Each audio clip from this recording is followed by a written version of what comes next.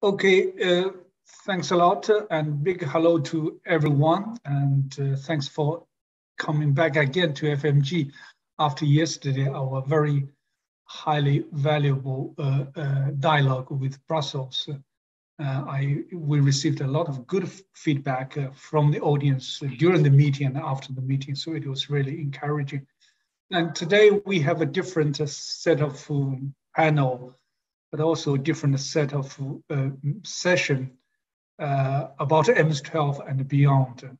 The basic idea of this is really just to quickly sit down among FMG members and also with our community to review the outcomes of the MC12 and to look ahead for the way beyond MC12 up to MC13 or even afterwards, depending on different timelines. So this is basically a humble FMG event with all speakers from our group. So it will be like a FMG evaluation or our reading on different aspects of the MC12 and the way ahead. Of course, we cannot, given the time limit, we cannot cover everything, but we try to cover most of the things. And also we want to really listen to the bigger audience and also especially those delegations and ambassadors who are also with us today to listen to your ideas. So we have a more kind of interactive dialogue today. And afterwards, I will discuss with the board and also our members to see maybe, if not before summer break, but after summer break, to have a kind of a sequence of targeted sessions on to go deep on some aspects of the MC12. So with that, I will stop here and over to Mia, our moderator today. Thank you, Mia. Thank you, Lo, for introducing a little bit about our work. You did not mention a series of interviews that we have been producing since the start of MC12 and is still ongoing. I think currently we have about 15 very much in-depth interviews with actually, I think, most, if not all of the speakers today have also been interviewed, and their sessions are available on our website. So I think it's a very useful asset to keep and to go back to sort of review what what the first sort of take of analysis the members and others that we have interviewed, including the DDG Annabelle Gonzalez, have said their impressions and evaluations of the MC12. And so this session today really is, I see it mostly as a wrap up, as you were saying, of this interview series. And then we will be turning next towards digging deeper into some of these areas and looking at the process towards MC13 and how we as a group, FMG and others that we partner with can contribute to this. And so, lots of ink, as I say, always has been used so far, spent so far on commenting on MC12, and many people see it as a great momentous success. Some see it as not a success at all. But so the range of assessment is quite broad. Perhaps all the speakers can start their contributions today by telling us on the range from 1 to 10 where they see actually the outcome of MC12 from their perspective and from the perspective of the area they will be commenting on. And then, of course, the one round as is, or momentous or whatever, is really just starting, I would say, the recovery operation of the WTO and the system itself. And so we, of course, are not out of the hole and the problems, but it is for the multilateral as we are in the group, it is still very significant that we have actually concluded the round with some promising notes and some sort of optimism. At least that's my personal view. But yes, as said in a number of occasions, much work is still to be done, and I think this session today will help us to perhaps identify the most important areas of that future or imminent work, and then future towards MC13 and how we can contribute as well. So we have a great panel set of speakers today with us to really help us in this endeavor. I'm gonna introduce them as in order of speaking a sequence.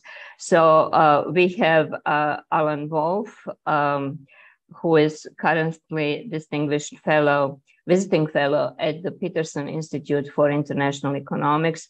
And of course, we know him all as the former Deputy Director General of the World Trade Organizations.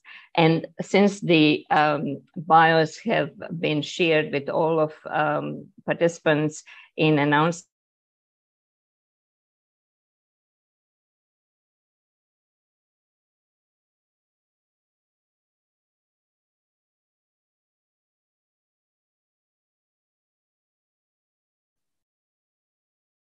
So I think Mia is disconnected.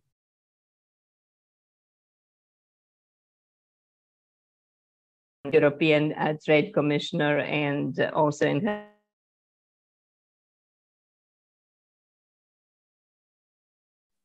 there seems to be a problem with Mia's connection.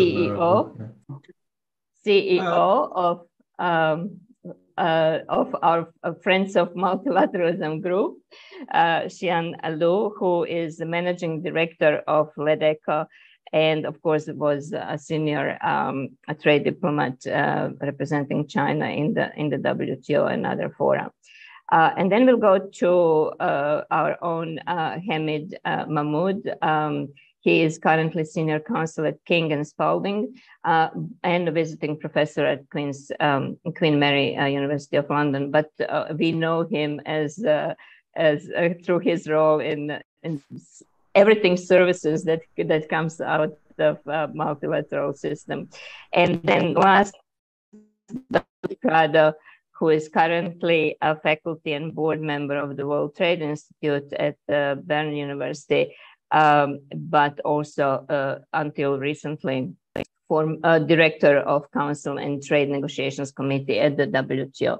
So I think we are right to expect a very a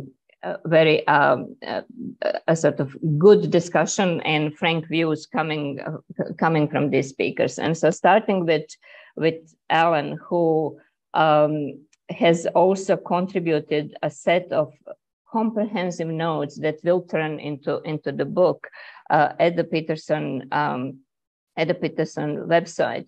Alan, again, if you can give us sort of your assessment of the mark that you will give to the round, but also more sort of seriously, your evaluation in a sense of where do we stand after now all the fanfares and fireworks have gone, and where do you see us? How do we move towards MC13 and forward?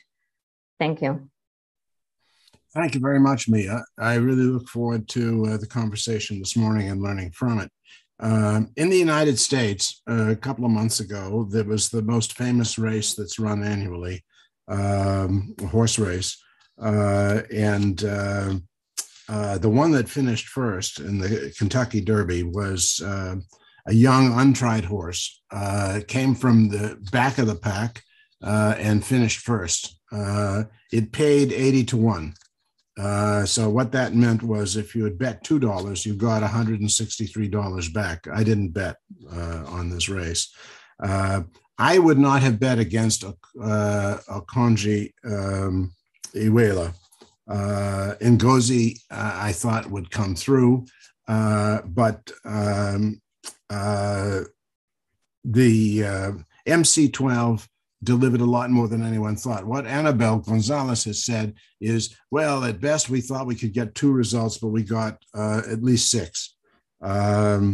So I think no one expected this outcome.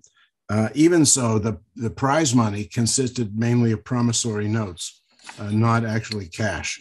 It was the maximum it could be, according to Annabelle. I think she's right. And yet it fell short on the substance of pretty much everything that was on the table. Was it a success? Yes, I said yesterday in our informal conversation before yesterday's meeting, it was magnificent. I do think it was magnificent. The trade ministers of China, the United States, India, and the European Union all say it was a great success and take a lot of credit for it. And Ngozi, I think, did what she was brought in to do. She drove the process. So I think learning, number one, people make a difference. And they had the courage to accept less than what was optimal.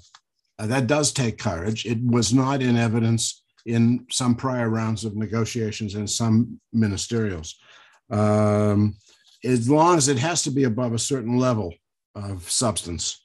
But it was a very positive outcome. I point to Victor, who say the members have to learn to negotiate, and I think the members learned to negotiate in this particular event. From the first time since Bali, and that was not a package, but a single agreement, even though an impressive one, there was a major multilateral result. So they slimmed things down for the camel to pass through the eye of a needle, and it happened. What were the good omens? Russia-Ukraine strains did not block the process. The US was active in a positive way, which was not necessarily going to be the case. It wasn't an MC11. China and the United States cooperated at a key point. That could have sunk the whole thing if they didn't. India did not block. Now, there were special circumstances, perhaps.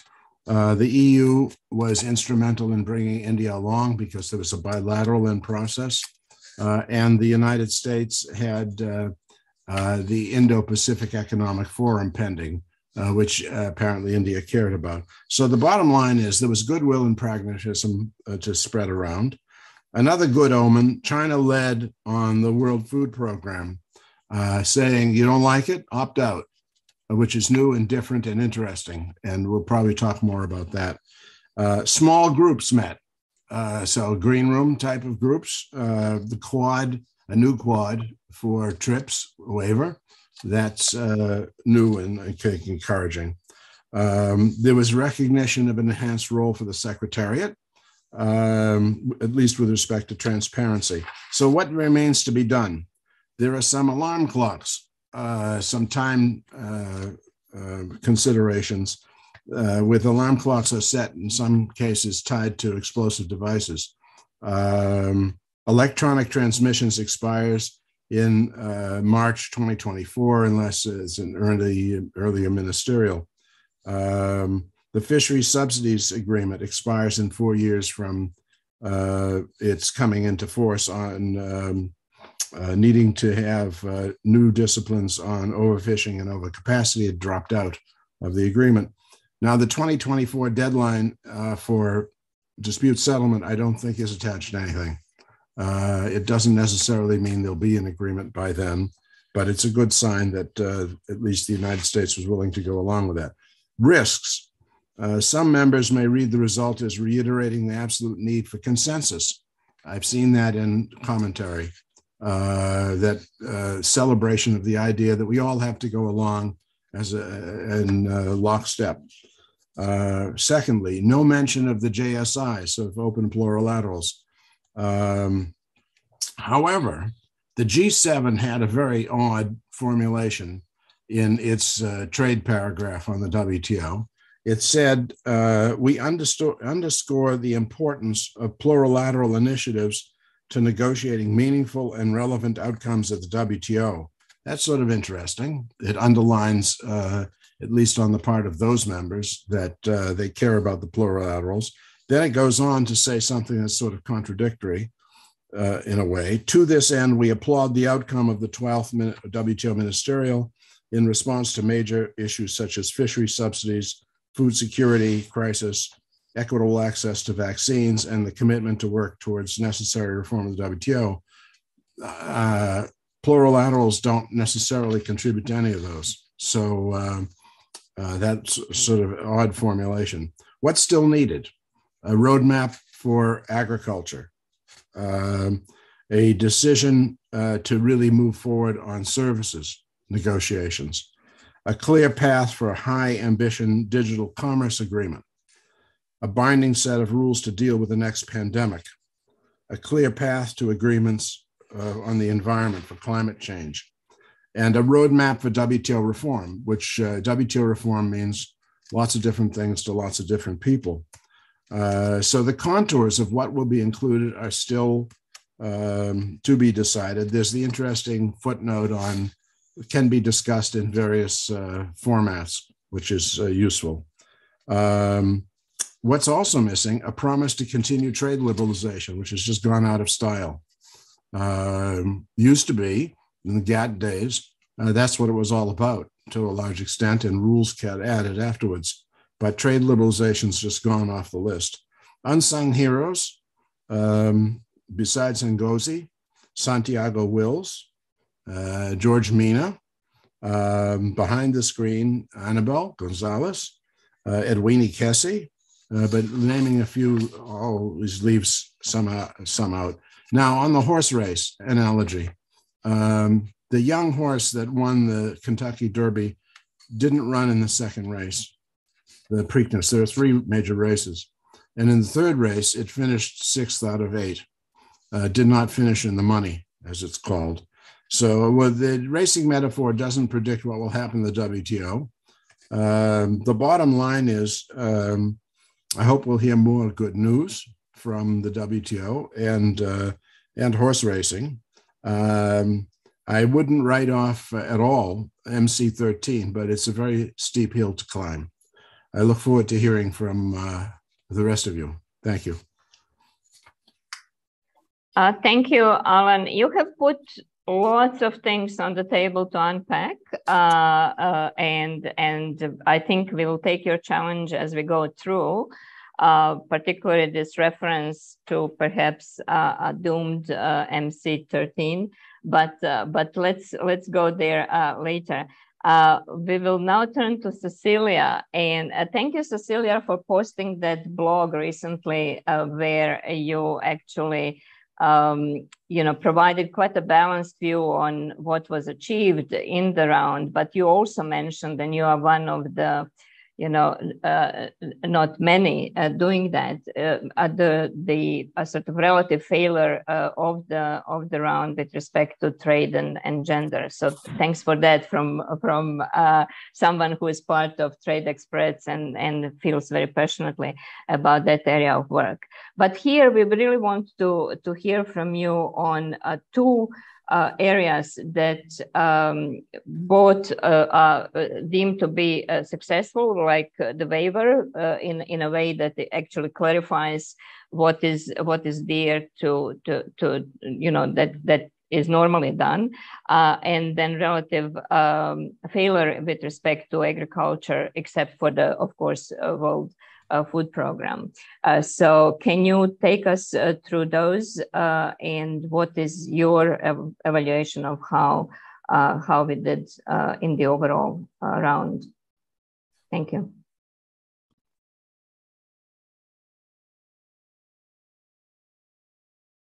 I think Cecilia might be frozen. Yeah, I think so. She may be disconnected. Yeah, or something.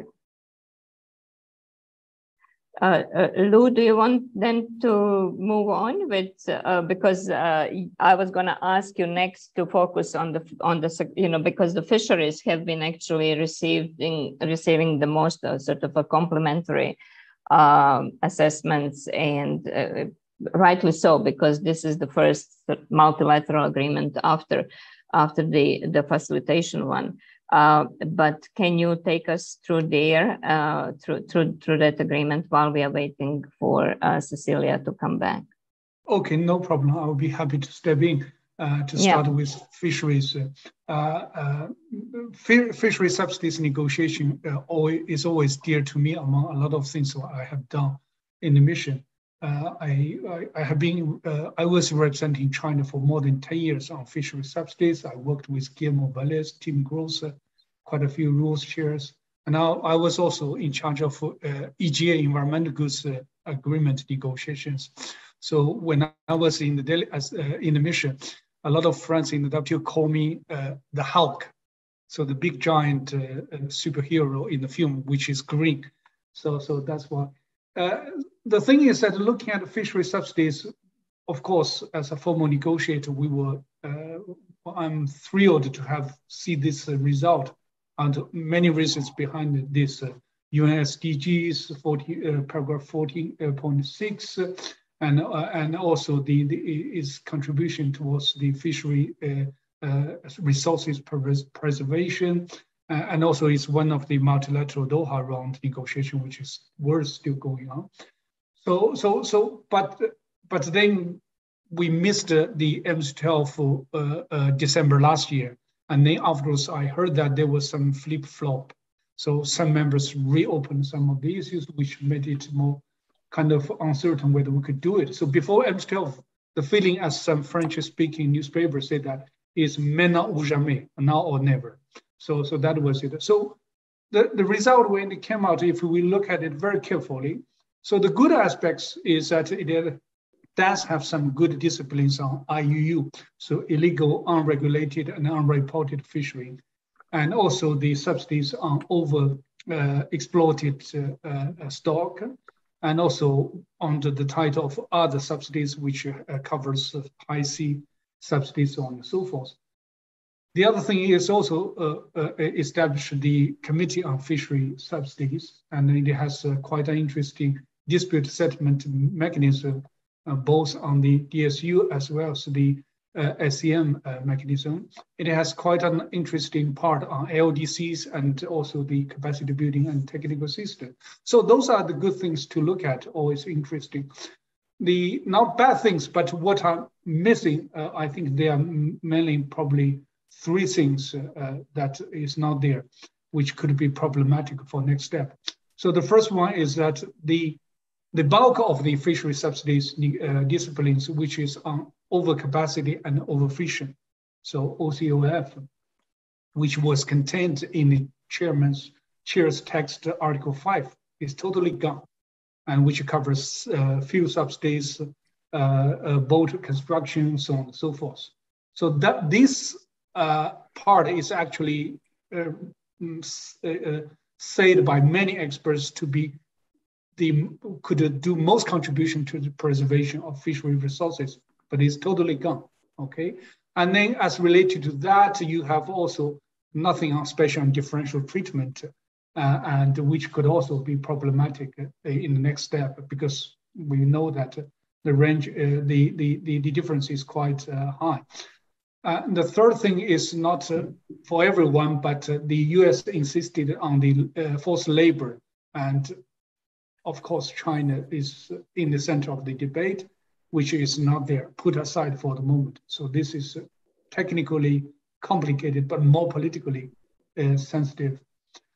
So these are the three things missing.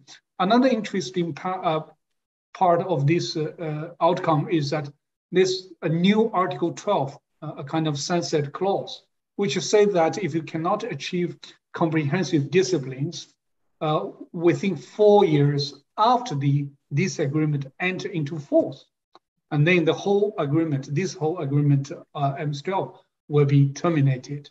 So this is said to be the request of the ACP at the final minute, because they were not happy about kind of low ambition of this agreement.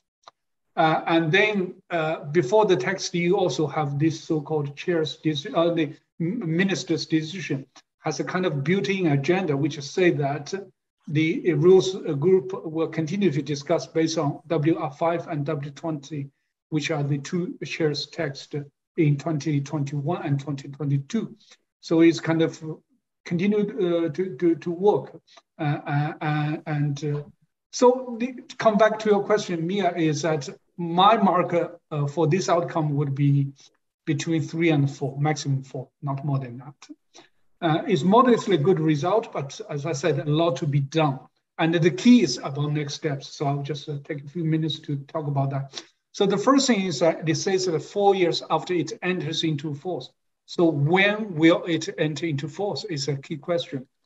When will this, because it says that the Article 10.3 of the WTO agreement, that will be basis for it to be effective. We should say that 2/3 of the members accepted, and then it will enter into force. And then if we look at the previous experiences, the time it takes to get this effective would be quite different. TFA, Trade Facilitation Agreement, it took 4 years, 2013, all the way to 2017. And before that, you have TRIPS and public health, which took 14 years, 2003 to 2017. So we are talking about many years ahead. And then so the next question would be, how many years it will take for them to achieve this comprehensive discipline. It also says that it will be terminated, the whole agreement, unless the General Council decides otherwise. So, which means that if the General Council decides otherwise, the negotiation could continue beyond 4 years. So, taking into consideration of the time for it to enter into force, as well as the years ahead to negotiate further, we're talking about between 8 to more than 10 or 20 years.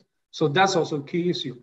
And then the third thing would be that the execution of the agreement. It talks about transparency, it talks about the committee, and especially transparency about Article 3, IUU, and Article 8, and so on and so forth. Every 2 years, it will examine by the committee. And this we need to know because we all know that WTO transparency is never a nice picture. And then the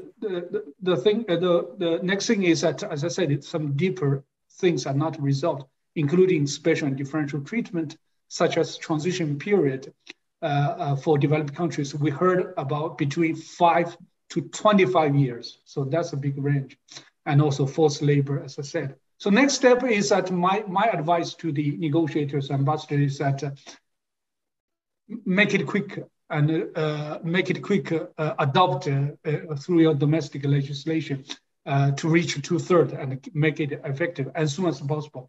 And then start negotiating now, not after it ended force, not after summer. Start from now, not even wait for 1 day. And 4 years will quickly pass.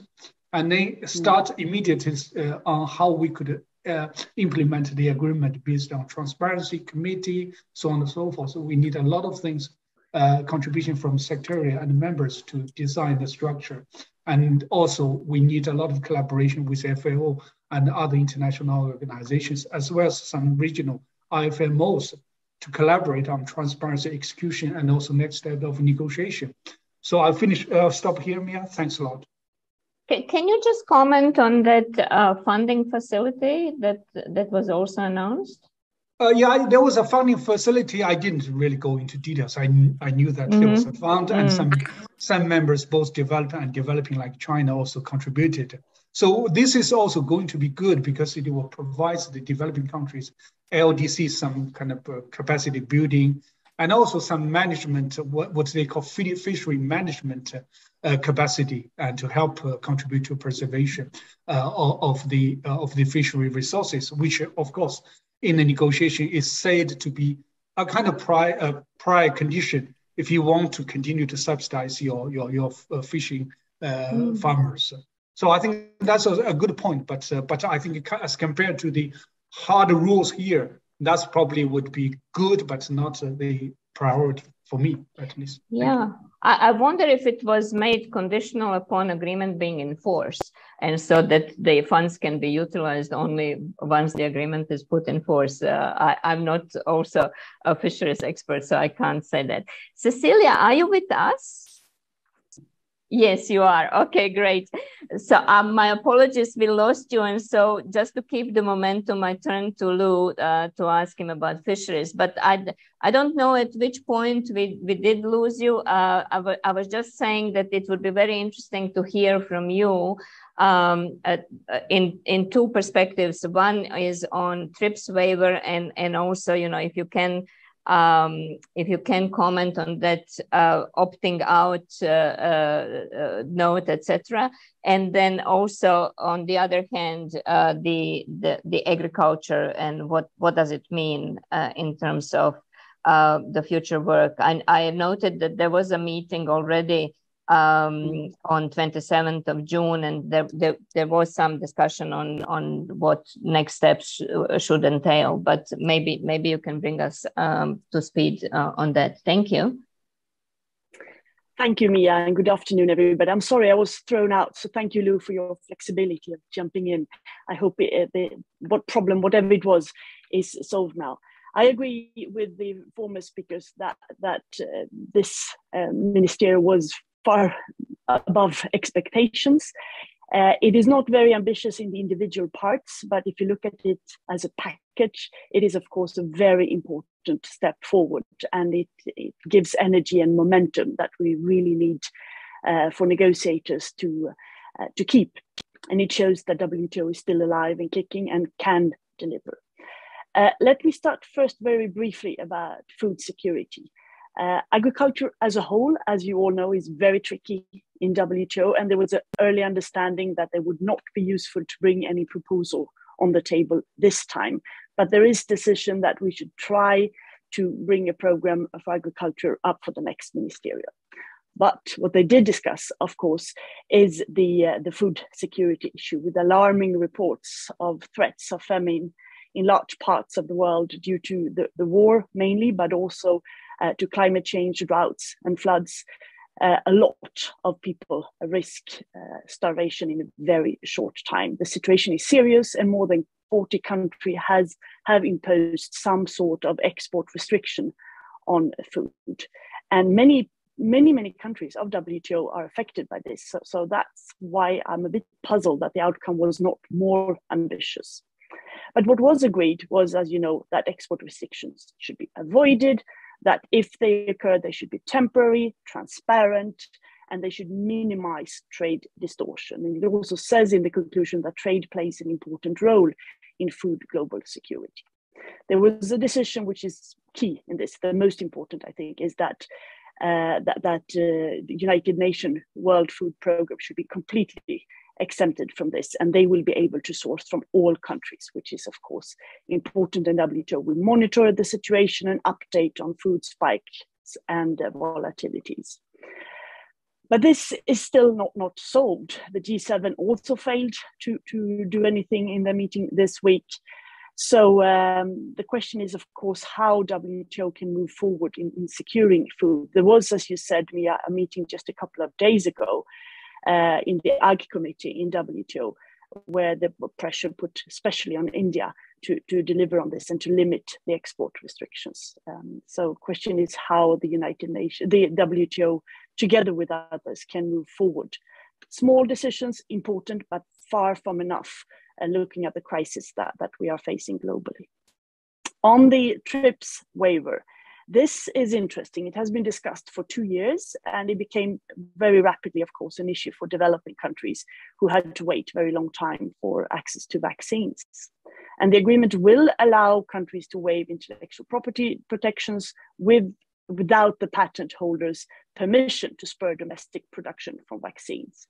And it allows developing countries to use the patented product without permission, even if a license is in place or not. And this is for 5 years. So also it has a time limit, and it's only for COVID-19 vaccines. When it first was presented, it was rather controversial. The US president presented it without sort of anchoring it with anybody else. So there was quite a surprise in the EU and with other allies as well. The pharmaceutical industry were not happy, and many NGOs on their hand thought it was far from enough and should have happened much quicker. And the agreement is a diluted one compared to what was wanted and from former draft.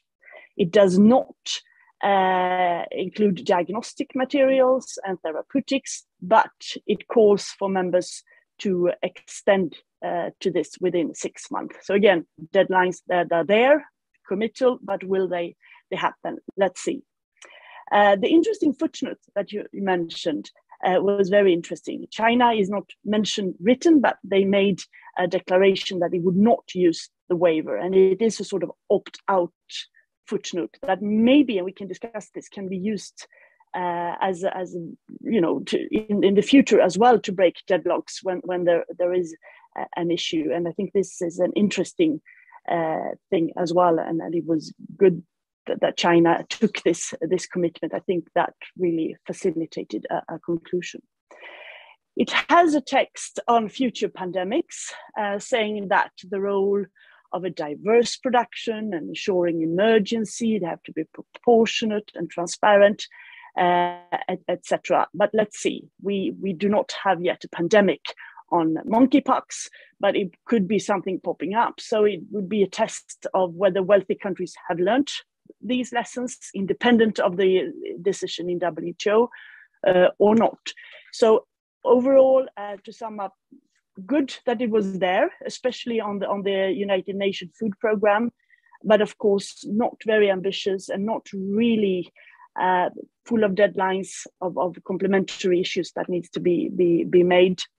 And the question is, of course, what it will lead to in the future. But important as a first address from this squad that Alan referred to, and other countries as well were helpful in the margins, of course. So I think it is interesting to watch. And Annabel Gonzalez published on the WTO website some reflections on this opt-out or the first footnote thing. And this is definitely something that could be discussed in the future to see if it is a methodology or a new way to maybe, you know, come forward in cases of total blockage.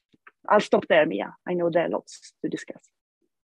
Thank you, Cecilia, and thank you for saying this so nicely. You know that the whole is really truly bigger than its individual parts, and so this is really, I think, the message that we take from the Geneva package as it is known. And I think, yes, as we move on discussing the novelties in negotiation processes and the difficulties with SDT, I think this opting out or opting in may be the way of pleasing everyone without actually asking everyone to have absolutely the same take on the things. Hamid, you are with us? Let me check first and foremost if you are logged in, right? So we mentioned reform several times already, and in the outcome document, right, all the keywords on point 3, that the reform will be led by members, it will be open, transparent, inclusive, and then it said it will be, of course, be meeting the interest of all. And so I just want for you to address that. Is it the all interest of all or the shared interest of all? Because that could be a difference, particularly with respect to the current decision making in that. But you know, what can you tell us about do we know about reform? It was already said. Alan said we don't really know much about how we will go about that, and who are the members that will be leading it. Will these fall down to the usual suspects, or how we can actually make it truly inclusive? Floor is yours, Hamid. Thank you, Maya. And I think a lot has been said about the outcome and characterizing the outcome, and I think Alan gave us a very, very nice overview about what the radar screen contains in its totality. And as we know, the outcome is a mixed bag of things. When it comes to WTO reform, I find it very difficult to attach any kind of evaluation from 0 to 10, because unlike other outcomes, this is about starting a conversation. And as we all know, it's launching a negotiation on a certain matter is one thing, and landing an outcome is a very different story. So we launched the Doha round 21 years ago. We haven't landed much of it yet, with very few exceptions. So I look at paragraph 3 of the outcome document, and I see there a very important, actually not important, more than important. I see this decision, this part of the decision, as the lifeboat that will take the system forward. I'll explain a bit what I mean about that. The outcome is a fortunate outcome, as everybody's saying. I completely agree with that. However, it carries with it certain risks and traps. And I noted what Alan said about land blocks with explosive divisive attached to them. I thought that was a very nice analogy, because one of the biggest traps, particularly when I think about WTO reform here, is we look at this positive vibes that come out of the outcome. And going forward, if that turns into complacency, combined with resistance from some quarters to actually engage constructively, the combination of complacency and resistance could actually take the system to a low gear mode, where the institutional challenges that we have witnessed over the past more than 10 years, I would say, that led to this necessary WTO reform will continue. And what we will find by the time we get to MC13 is that the system is actually worse off than it was at MC12. So that trap, I think, is something we need to guard against. The trap of the intoxicating effect of complacency combined with resistance could lead us to stagnation. Now, the outcome is, in my view, is a first step that has been long coming. World leaders have been talking about WTO reform for the past 6 years. Discussions have been taking place elsewhere, except in the WTO itself. So taking this long coming step, I think it was crucial. We need to start this conversation, but in a structured way. There are elements of guidance, I would say. You have to look for them in the in paragraph 3. The first that I would see really is the holistic approach to WTO reform discussions, because straight off, I mean, members are recognizing the challenges, but also they cite that the objective is to ensure the proper functioning of the WTO in general, with all its functions. And that holistic approach, I think, is strategic in terms of guidance going forward. And it also reaffirms the foundational principles of the WTO, which I think is key. Now, I note here that, of course, as you said, Maya, in the beginning, WTO reform means different things for different people. Absolutely, this is why we need to talk about it. But we have to go back to the common purpose and remind ourselves, why are we here in the first place? And the common purpose just jumps at you. It's not there in explicit language, but it just jumps at you because if the common purpose that we're here for is still true, then we need to go forward and address everything that got us where we are today. Which brings me to something else, which I think is perhaps missing here, which is the importance of having a diagnostic discussion. I remember Catherine Tai, when she made her speech here back in October, she said, it is terribly important that we have an honest conversation, a diagnostic conversation about our frustrations from the system. And that actually involves the 3 vital functions. Why are we frustrated from dispute settlement? why are we frustrated from the negotiating function? Why the regular function is often forgotten third function, which sometimes I call it the collective oversight, because it's terribly important. It's overseeing the functioning of agreements. It's monitoring, it's the deliberative function, it is taking decisions adopted by councils and committees of executive nature into the system. It is also cross notification, where a country complains about a measure taken by another country, and we have an honest conversation about it. These are the kind of things that one would hope would come out in conversations going forward.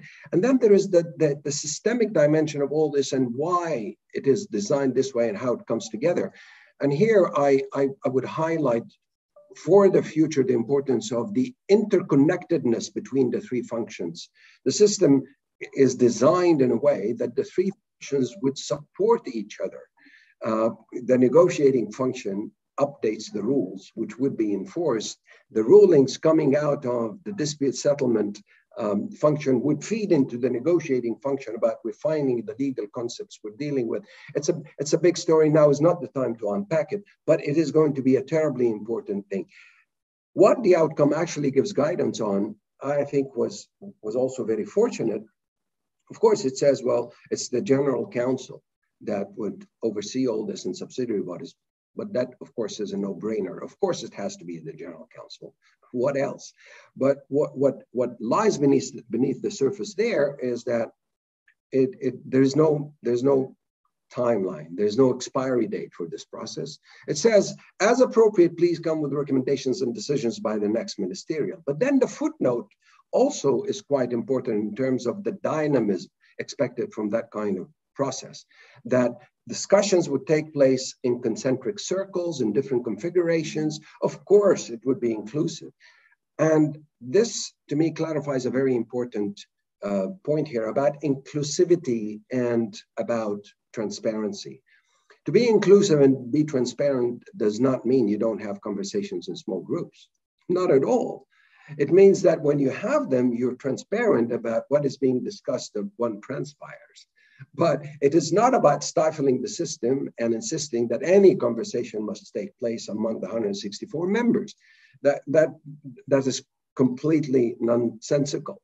So I see a lot of positive elements there, the long and short of it. But I see also that this is what we make of it. And what comes next is going to be really what determines what comes out of that process.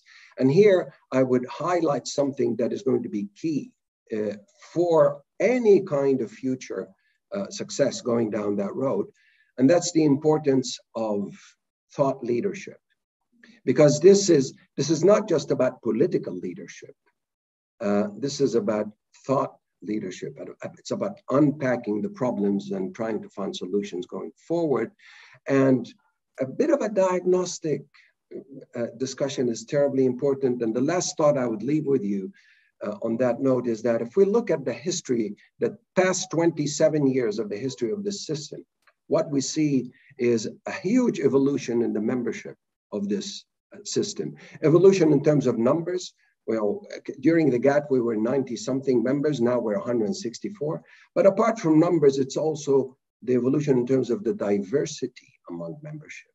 We're so diverse now, much more than ever, which means that we have to think creatively about what kind of variable geometry that we would need to bring into the system to cater for this diversity, if we all believe that we need a multilateral rules-based system, not a power-based system that would govern our trade future. And let me stop here and listen to what others have to say. Thank you, Maya. Thank you, Hamid. I think it's very important what you were saying just towards the end about diversity and, you know, to pair that with the rules system. And then we assume that we have a single set of rules, but can we make these rules then to fit diversity of the members? And so this is, of course, the challenge.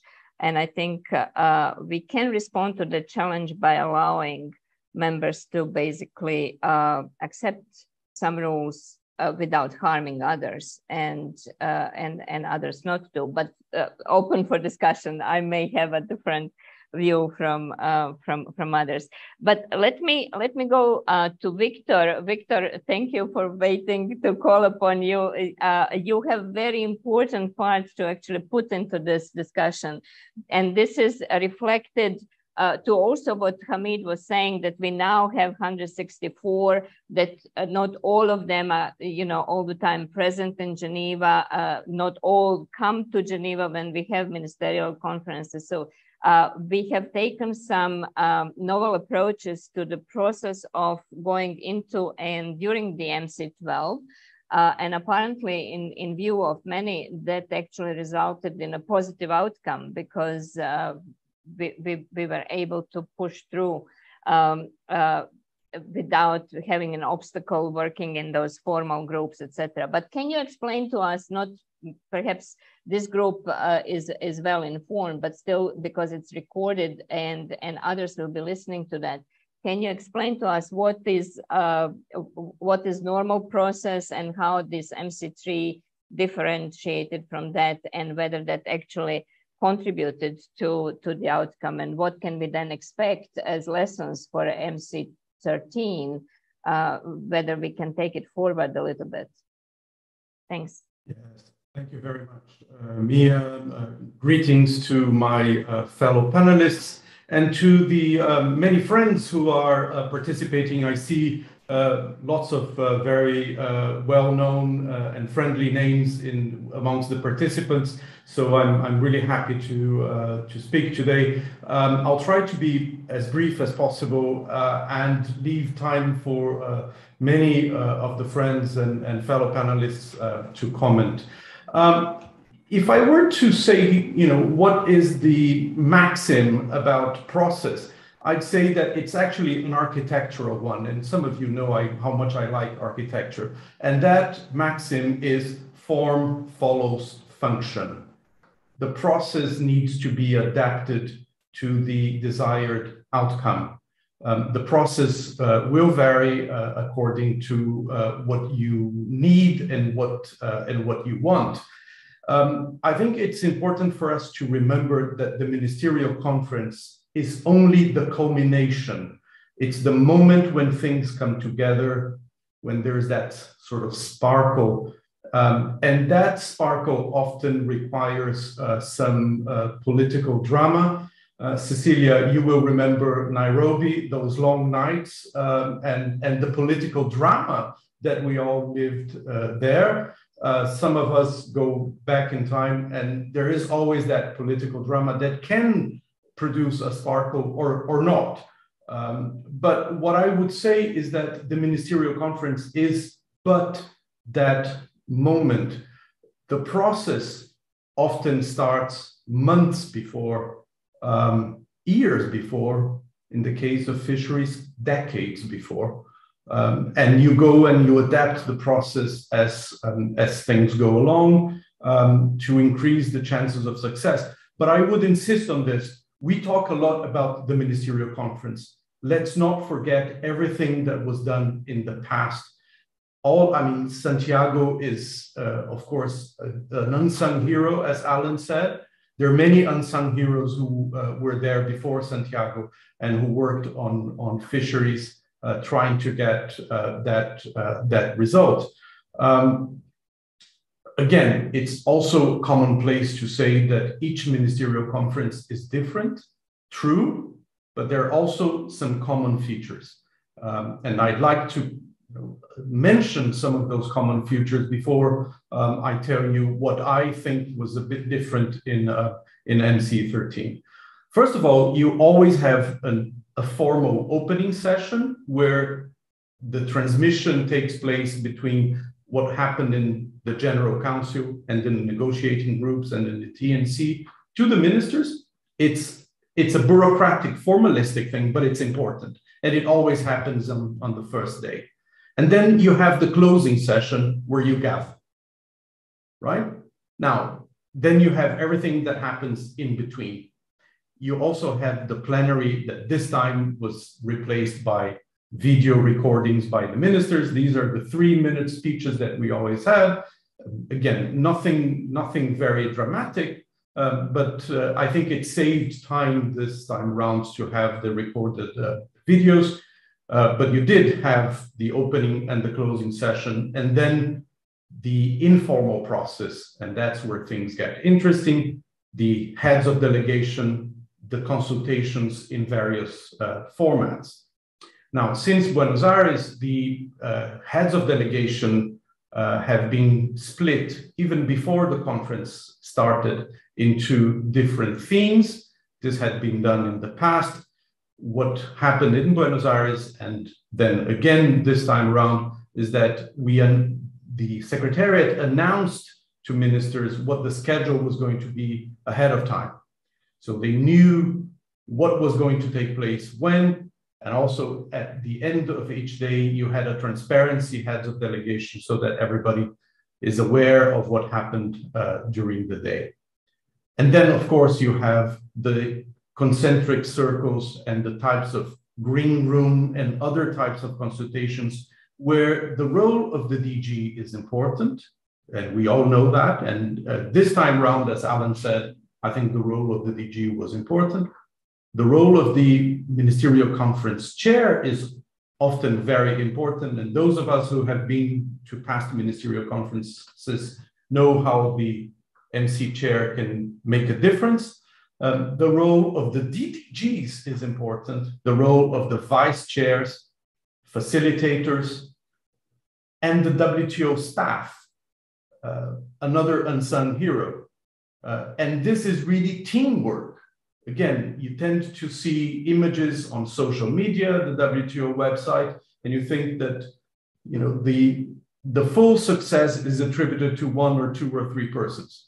It's a collective effort. It's a teamwork. And I think it's important that we all know that without that teamwork, it's very difficult to achieve success. Last but not least, you have the members, right? They are the ones who have to come to an agreement or not. And the personalities of the ministers, the ambassadors, the delegations very often matter a lot. Alan has already referred to some of the ministers and delegations that made a difference this time around, and they're more or less known. US, China, EU, India, and very often the dynamics between those ministers can make a huge difference and enhance the chances of success.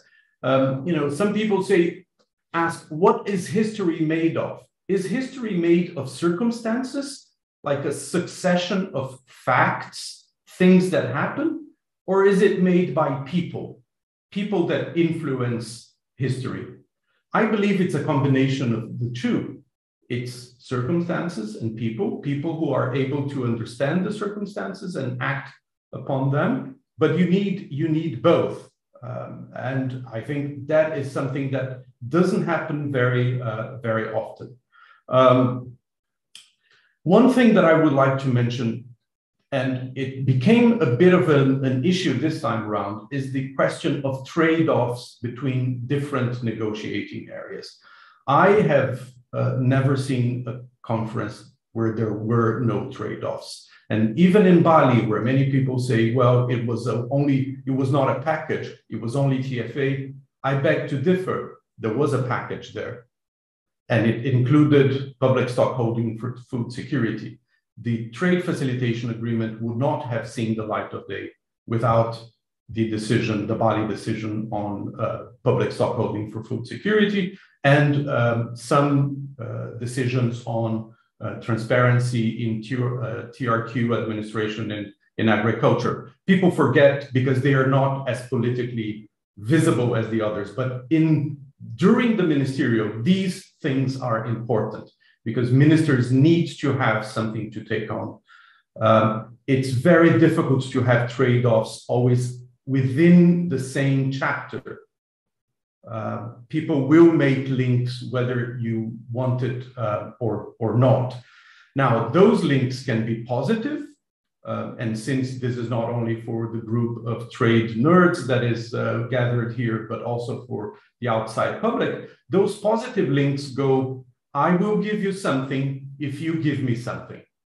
And that usually leads to some success. Then there are negative links. I will not give you this unless you give me that, also known as hostage taking. And you know that different negotiators in different countries have different negotiating styles. And you know who usually does one or the other.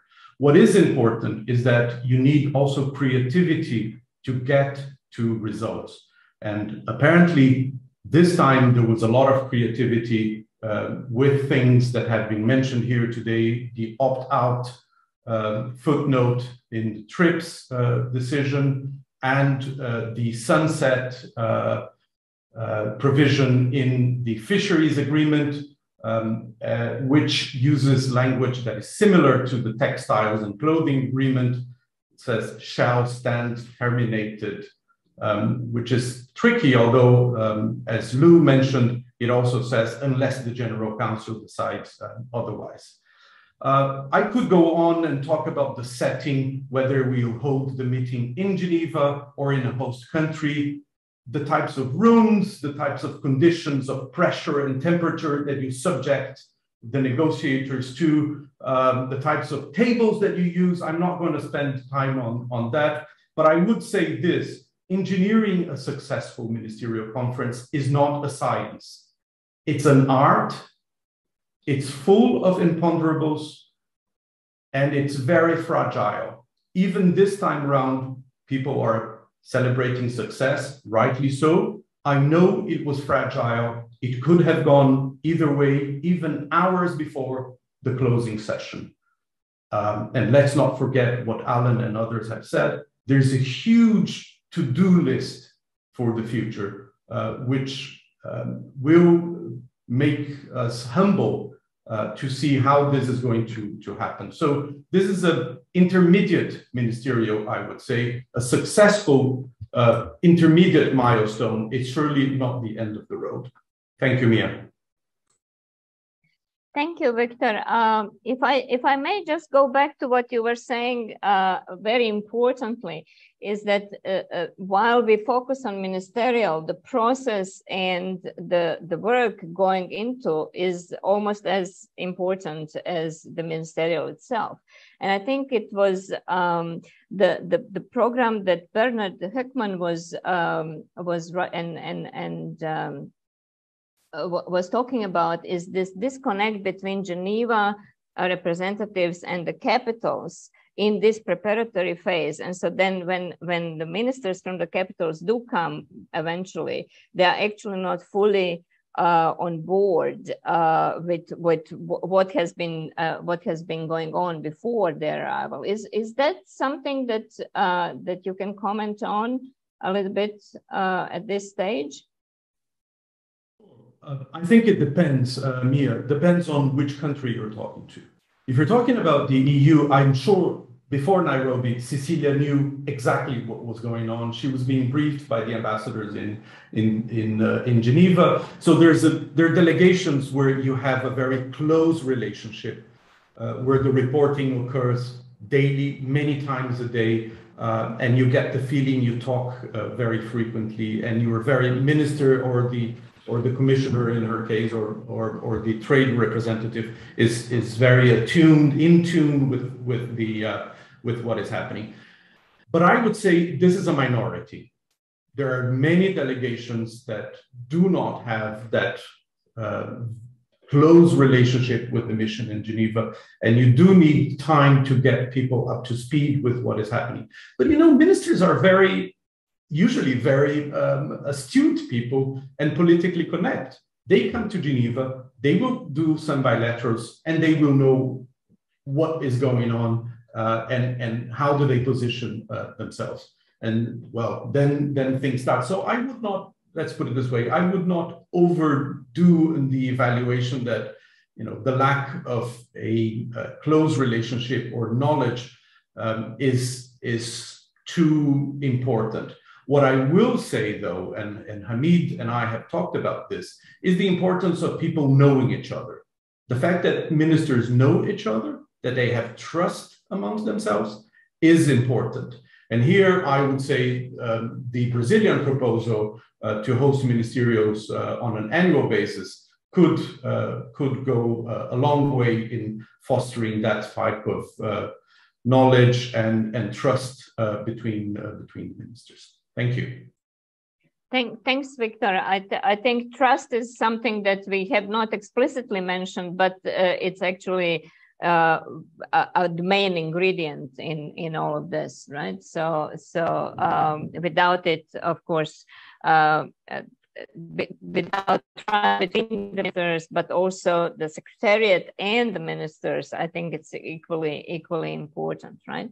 So let me go back to the panelists if they want to say, if they want to comment on anything that has been said so far.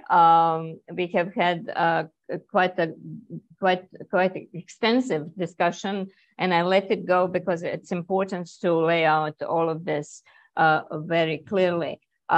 Any comments so far before we open the floor? We have quite a number of participants, and so I'm expecting hands to be popping up very soon. Okay, I see no panel. Okay, Jonathan, I'm going to give you the floor, but I think Lou was wanting to say something before, so if you don't mind, Jonathan.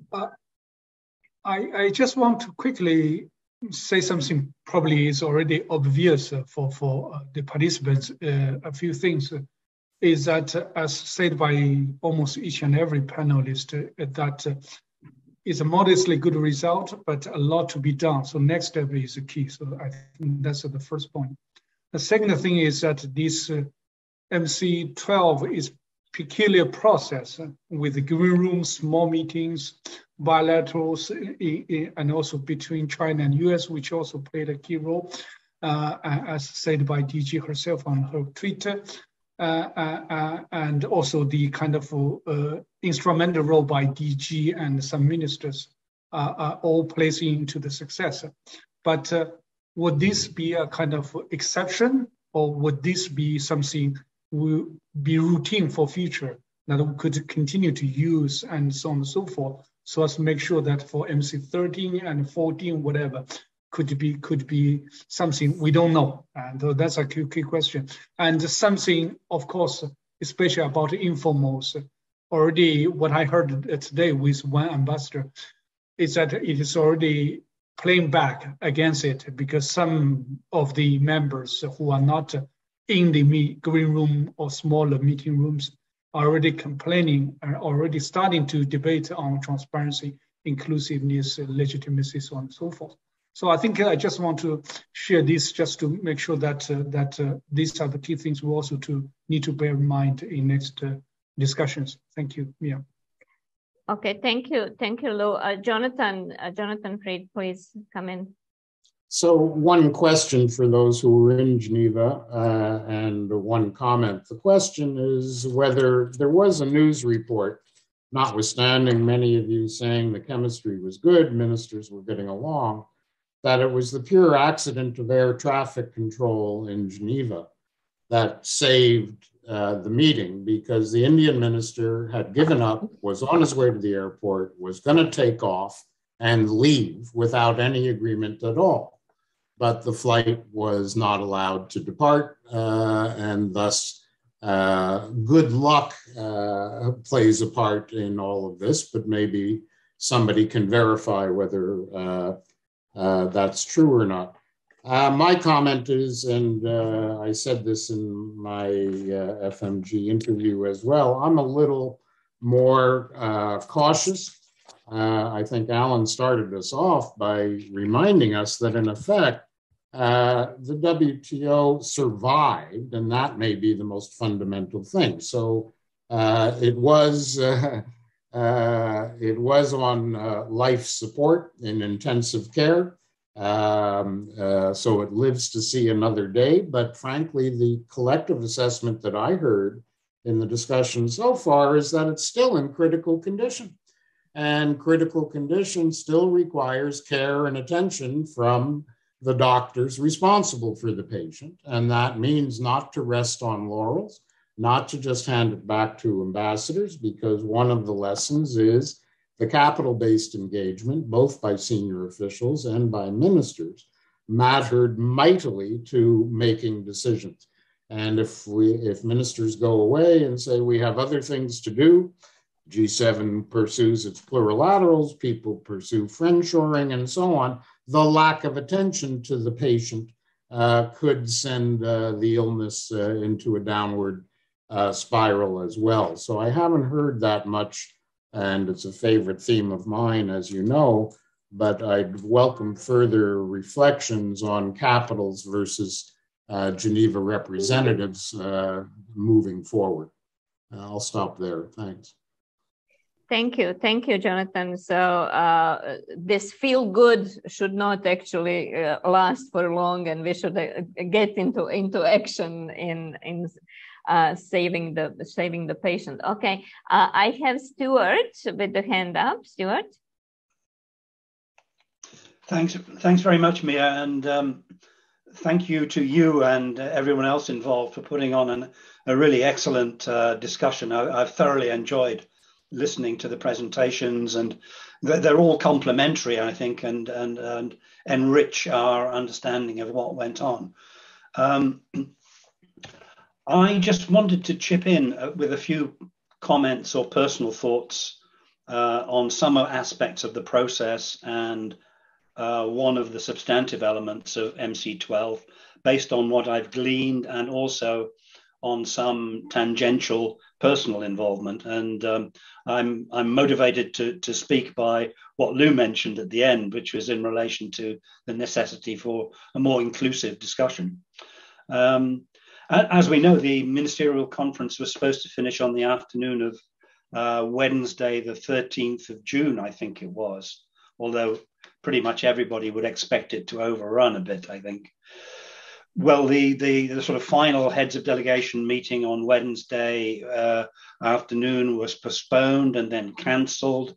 And then we had a whole series of heads of delegation meetings scheduled and postponed again during the course of Thursday. And then suddenly on Friday morning, the 17th of June, a heads of delegation meeting, a notice was sent out at about 1:30 a.m. for a meeting at 3 a.m. And the whole thing was done and dusted by about 5:30 a.m. on Friday morning, which is a good day and a half later than was originally scheduled, and during which time I think many members were in the dark. And indeed, as Jonathan just mentioned, I think some had already left Geneva. There's nothing unusual about this, and I think actually this sort of procedure will be painfully familiar to a lot of people on the call. And the reason for the delay was, of course, that while many delegations were kicking their heels, the green room was in full swing in overtime. And by, I think, very early Thursday morning, around about 5 a.m., the green room had produced a new text on fisheries subsidies alongside the rest of the package. And as Lou had also mentioned, unfortunately, this new text on fish had some glaring omissions, notably in relation to overcapacity and overfishing. In fact, the main disciplines in that respect, which had been features of Santiago Will's previous texts, had been removed.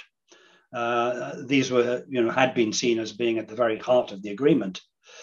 So at that point, some of the delegations that had not been involved in the green room objected, but they were then informed that they were putting the whole package at risk and that they should fall into line in their own interests.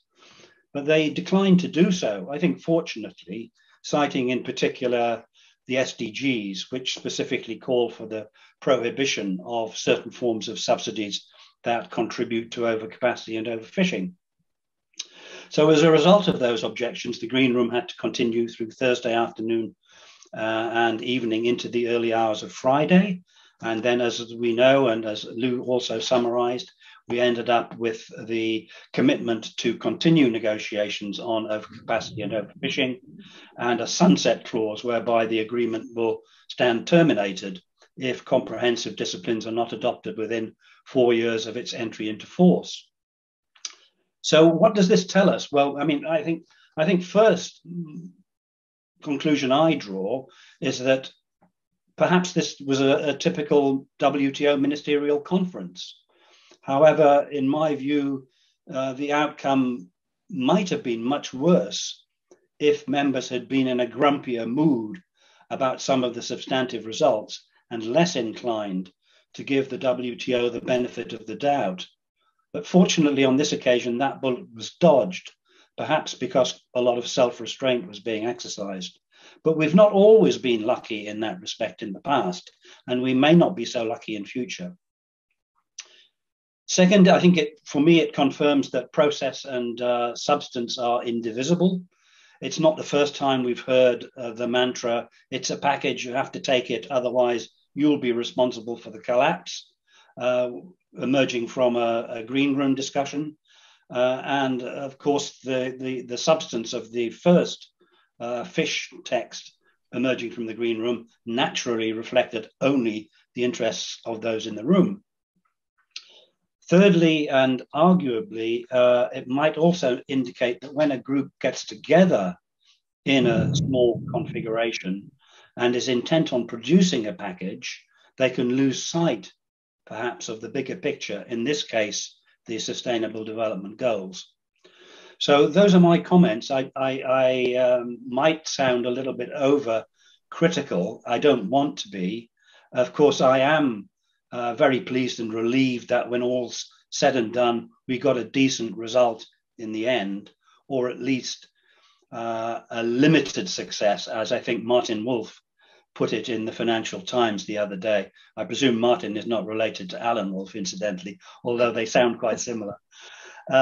So I just want to throw that into the conversation. Thanks very much.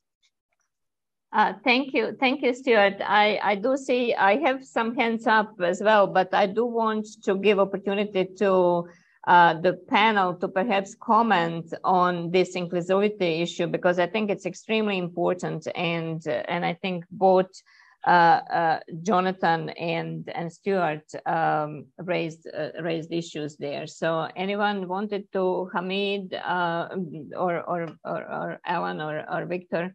You were talking more about the reform and inclusivity. Go ahead. Who's going to start? I'll let maybe Alan and Alan, then go Hamid. ahead. Yeah. Alan has a hand up. Okay, Alan. Okay, thank you. The point was just made that, well, isn't the system still on life support? I think one thing one could do as a thought exercise is list the grievances that we know exist among members. So the Article 12 members say, well, we came in later, we paid more. What's being done about that? The question of whether the WTO is about market-oriented. Hamid talked about common purpose. What's it all about? Special and differential treatment, not really solved. Agricultural flexibilities. Everyone agrees that they have to be limited on agricultural flexibilities, but they have very different ideas as to who has to limit their flexibilities. The use of consensus, what it means. The remaining high tariffs that are not coming down, that are at bound levels, the lack of notifications. So if you went through and you listed the grievances and you said, okay, have all those been dealt with, or any of them been dealt with, you'd have to say not so many, and they exist and will continue to exist. And in the discussion that Hamid has always said, what is needed at the WTO is deliberation. And I think that it's a very good point that one has to look at what the interests and grievances are and have a real open discussion about whether and how to meet them. But at least they have to be aired in whatever format. One other thing I would say is Annabel Gonzalez made the point on the road to the TRIPS waiver is that different, on technical issues, which increasingly the WTO is getting into, like on fish, but a TRIPS waiver was another. Climate change will certainly be one. You had to get experts from capitals on the line. So the video conferencing helped. And then, but also meet with locals and meet at the ambassadorial level and seamlessly with the ministerial level. So there had to be a continuous level of different levels of involvement. And I think there are, Victor has pointed out, there are different procedural elements that of interchange of ideas and at different levels that have to go into the process. And whether there's an annual ministerial or biannual ministerial, the ministers have to have more direct involvement on a continuing basis and find ways to do that. Anyway, those are some observations from what I just heard. Mm. Thank you, Alan. I think I had Victor next to comment on these, and then Hamid. Was that the order? Sorry. Yeah, happy to go, Mia, very quickly. The question of inclusivity and transparency has been with us forever. Stuart will remember this from old times. Stuart, Hong Kong, people complaining who was in the green room, who was not in the green room. It's always been there, and we've tried to address this in many ways. This time round, there was a different layer between the HODs and the green room that occurred in the library. There was a room D type of meeting, which I don't remember we having had before, and it was like a green room enlarged. Nobody was going to be turned out. If you appear there, you're welcome to participate. Now, whatever process you put in place, there will always be some type of complaint. You try to rely on the group coordinators, be they the geographic groups or the interest groups, to do the sort of consultation, concentric circles. It's very difficult. Time is limited. You don't have time to consult with everybody. But I think over time we have tried to improve that process. However, it's never perfect, and you cannot negotiate with 164 on the table. It's just not practical. You need to bring people together, and mind you, once you get the agreement, most of the people are happy. And yes, they will complain a little bit afterwards, maybe to make sure that they get invited next time around. Thank you. And I also think, some of these comments after the fact is also playing to the domestic sort of audience rather than necessarily, related to the substance. Hamid, your quick reaction to this, and then I have Lou and Peter and Alex, the birthday boy. Thank you, Alex, the birthday boy. Absolutely, we haven't forgotten that. Now, I will start actually with a point that is close to my heart that Victor mentioned, which is form follows function, and we have to have a sense of purpose. Now, the example that I give half jokingly in my lectures and speeches about that is pizzas. Why do we make pizzas in rounds and then put them in square boxes and then eat them in triangles? Because we employ the function, the form that best suits the function. Now, if we take a diagnostic look at the system and what happened over the past 20 years, we see one important phenomenon which I think cuts across everything we're trying to negotiate, and that's the increasing complexity of trade policy issues and trade negotiating issues that come to the table as a result of technology-driven business models and regulatory responses, and the interface between trade liberalization efforts and regulatory interventions is becoming more and more complex. Okay, for this, what do we need to do? I mean, this is the function. What would be the best form with which we address regulatory interventions and the increasing complexity of trade policy issues? Of course, trust is important, but trust is also the function of the information environment. Delegations and people need to be better informed about those complex issues. And here, there's something that hasn't been mentioned, but I think is terribly important for the future of the negotiating function of the WTO, and that's the institutional challenge of having 164 members of equal legal status, yet very unequal capacity to negotiate. And what you get really is obstruction, because it's easier and safer to say no all the time. And in the absence of information, there's mistrust. So trust would need information, and we would need to think about capacity building more seriously. It also needs transparency in terms of meetings of small groups, as I mentioned earlier. And it also needs reviving the common sense of purpose, what we're trying to do. And we are seeking a common purpose. Now, the involvement of ministers, and I note what Jonathan said about, oh, let's not give it back to ambassadors. I think ministers actually have not done such a great job at MC12, because what they did was lower the level of ambition. That's what allowed an agreement. But they did not come from out of town with whizzing with genius ideas and creative solutions to achieve what needed to be achieved. Now that's a political decision, that's fine. But the main thing they did was to cut corner on substance. I don't think this is going to help us going forward. And I agree with what Stuart said about, we got lucky this time. I'm not sure we will get lucky next time. So these are my 2 cents for the moment. And happy birthday, Alex. Thank you, Hamid. Lou, your quick comment before Peter, please. Yeah, no, just one quick answer to Jonathan's question about this conspiracy of the kind of cancellation for the flights in Geneva airport.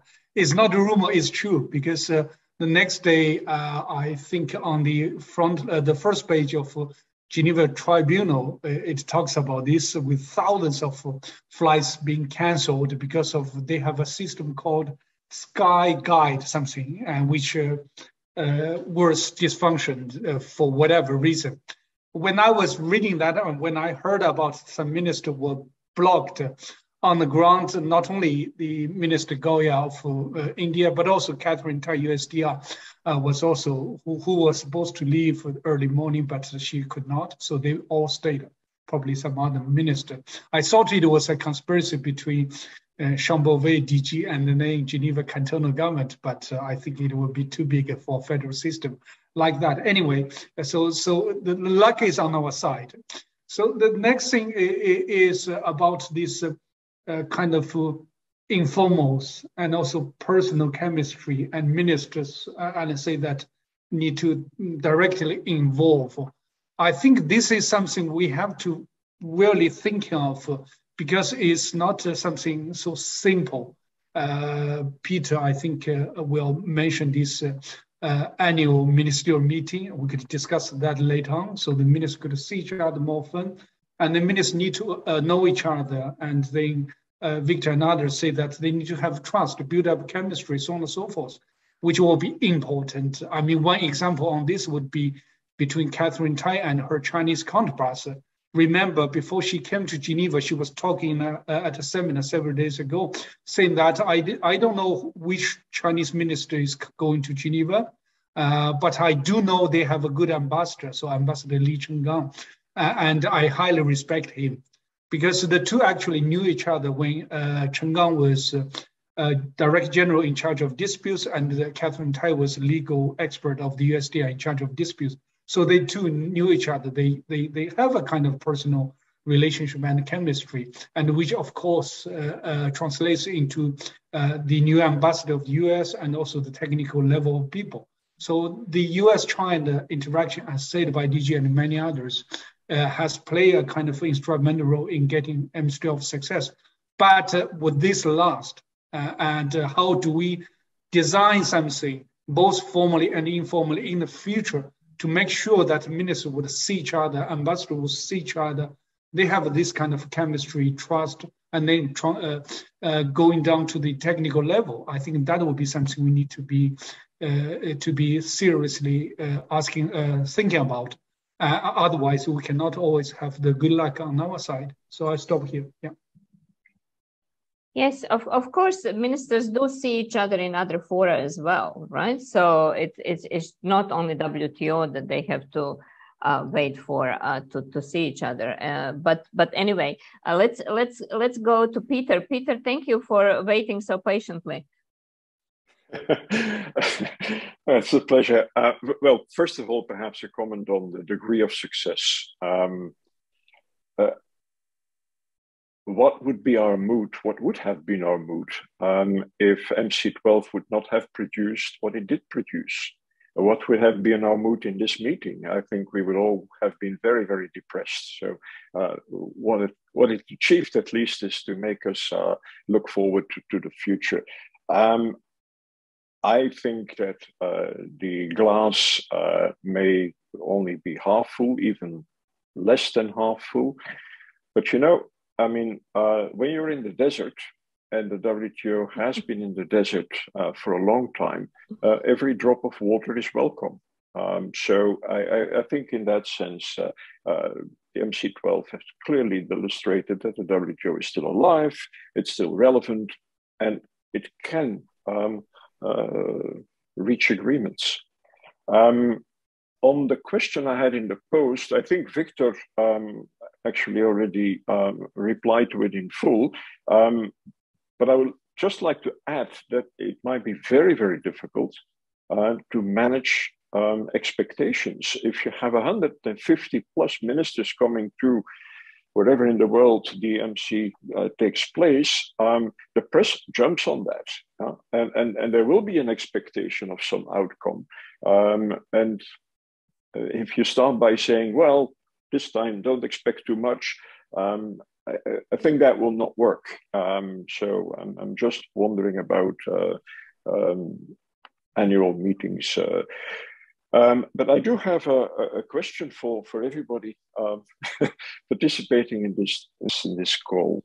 In the run-up to MC12, I think many of us were afraid that the Ukrainian war would derail the whole conference, and I'm just wondering how this was managed during the conference. So as an outsider, I've got no idea how this was managed. So I'm asking, how was this managed? How is it avoided that the Ukrainian war situation would derail this MC12? Thank you, Peter, very much. Let me go to Alex now with the question, Hector, then and then Henry, and then we'll go back to the panel. Happy birthday! Thank you, Mia. Thank you, Oliver. Thanks for all the good wishes. And perhaps because it's my birthday, I will, and given my age, maybe I will not take a so complacent view of what has the results of the MC12. After listening to all of you, and I thanks for all the good analysis that has been made, my main take is that the outcome has been largely political, positive, because the majors were on good behavior and they managed to keep the system going. Because if I'm going to judge the results by the real impact, meaning that it will create, make a business person turn around and pay some attention, or that will create a new business opportunities, I think it's close to zero. The fisheries is largely something in the making with very, very little minimal impact. The TRIPS waiver, it's largely symbolic. The moratorium is a ritual. and so on.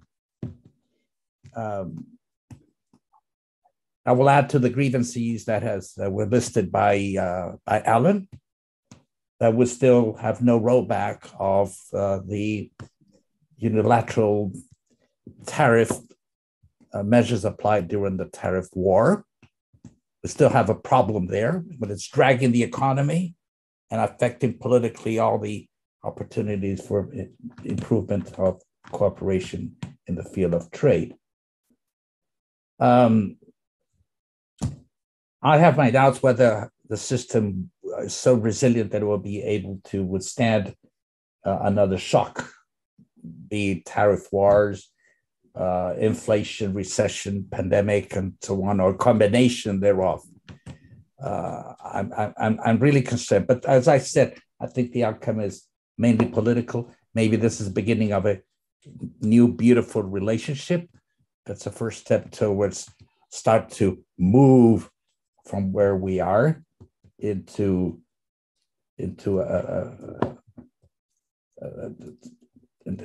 new phase of better and improved international cooperation.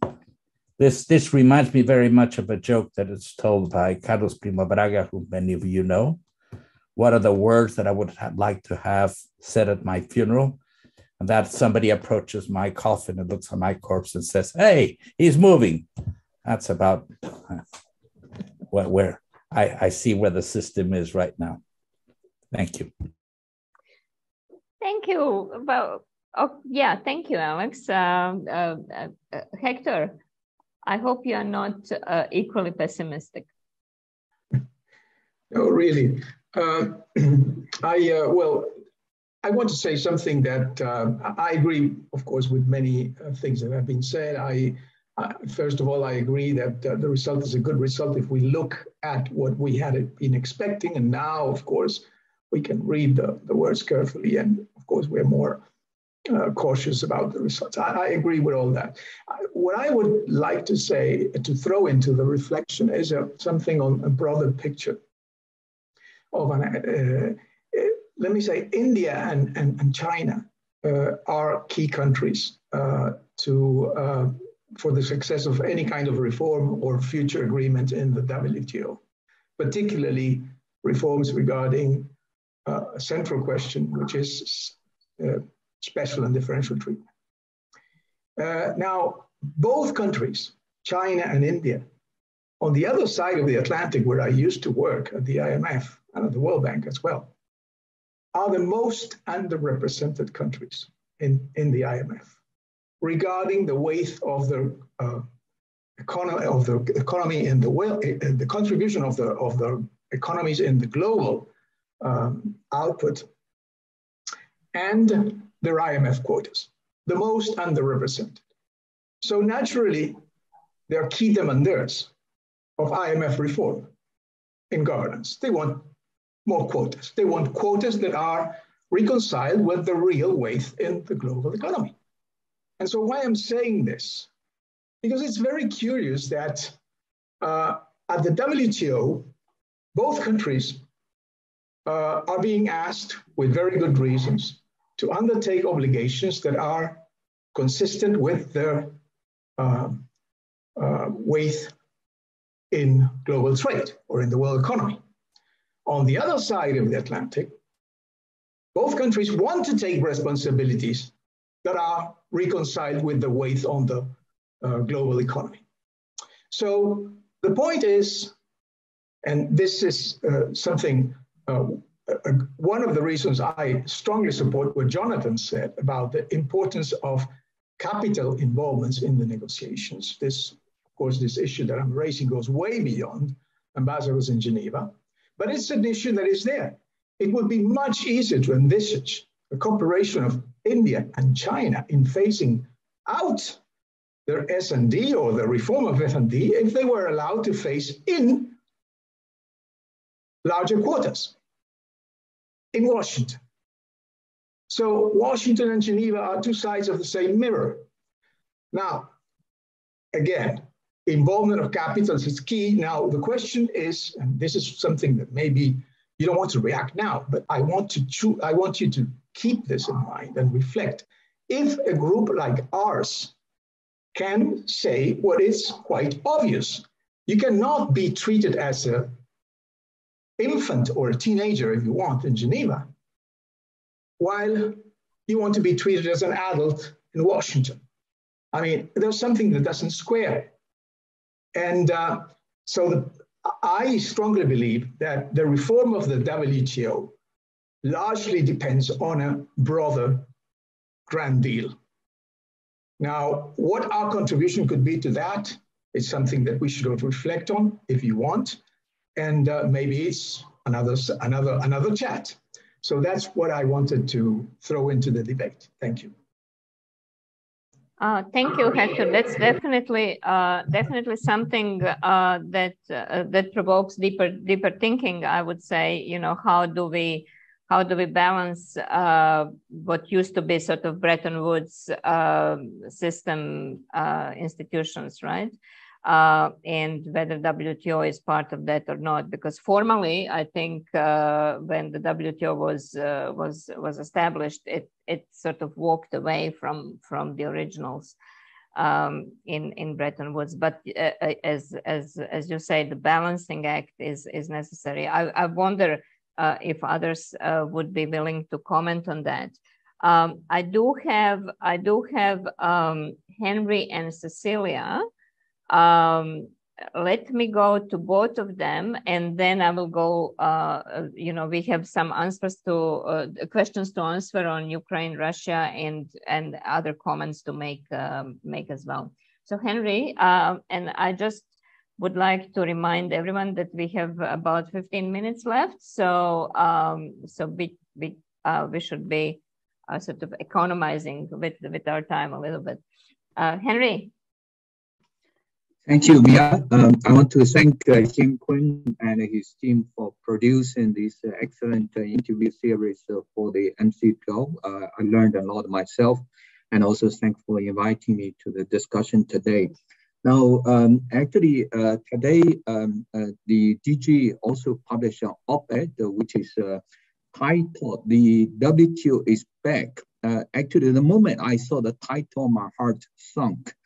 Even though I do share the optimism of many in the group about the results, because the WTO is back certainly remind me of what another international VIP has said about 2.5 years ago. The US is back, right? And 2.5 years since we heard that slogan, nothing has happened. The US has not really engaged at the international level. They have not started any new FTA negotiations, and they are largely dragging their fate on WTO, especially on this settlement reform. So I'm not sure that is a good title. But more on the substance, I mean, the DJ was really, enthusiastic about the results of the MC12 package, where she said the multilateral deals reached at MC12 was of a scale and scope that the WTO has not achieved since the mid-1990s. I'm not sure that is the correct assessment, because as we have heard today, we have seen that the WTO was able to deliver, on bigger things like the trade facilitation agreement, and the upgraded GPA and so on, and a few others. But I can understand that the DG want to claim credit, since this is the first major achievement under her watch. But I'm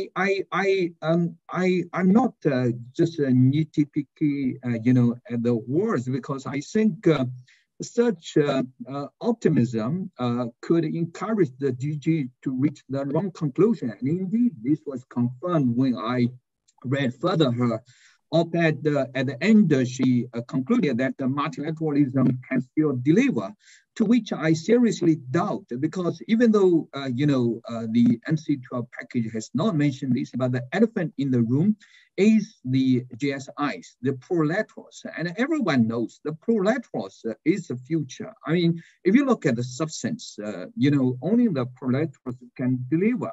So I'm afraid that the success of the MC12, the so-called success, could be a red herring in a way, And to borrow Peter's expression, you know, this could be, instead of the water that you desperately need, what you are getting could be the poison that you think is water.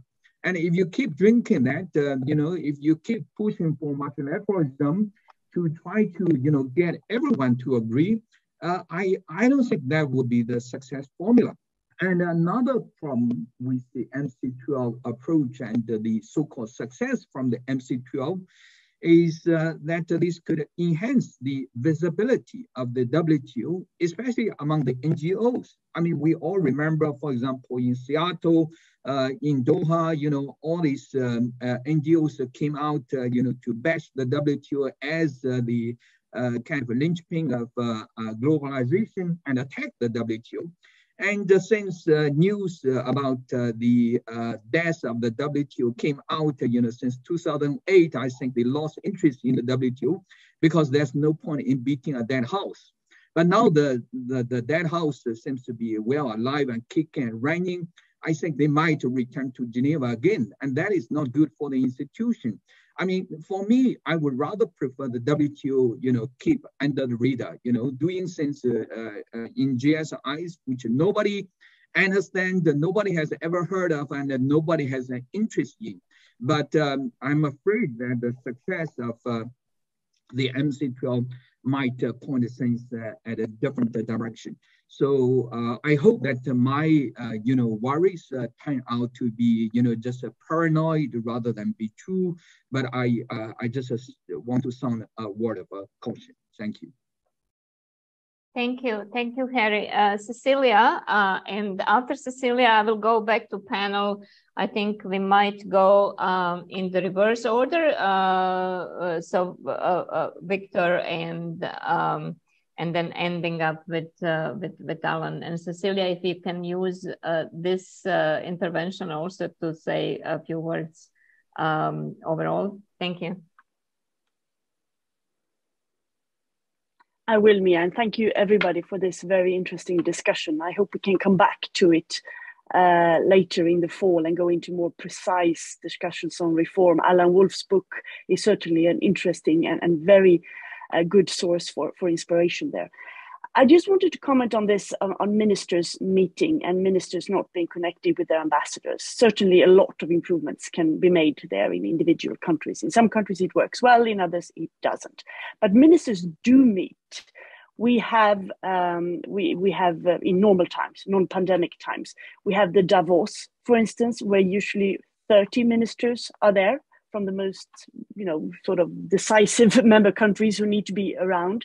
We have G20 meetings, sometimes even G7 meetings, where the sharing country invites a bigger group of ministers, not only the G20, but an enlarged group. So there are 30 or so ministers there. So this is also meant to build trust and to sort of taste some ideas. And then there are, of course, lots of bilateral meetings and other events. I'm not sure having a ministerial every year would be a good thing, actually, because some of these things do need time to prepare and need to sort of be discussed over some time. What I do think we should do, and I will not go into details here, is that we must improve the work of the committees.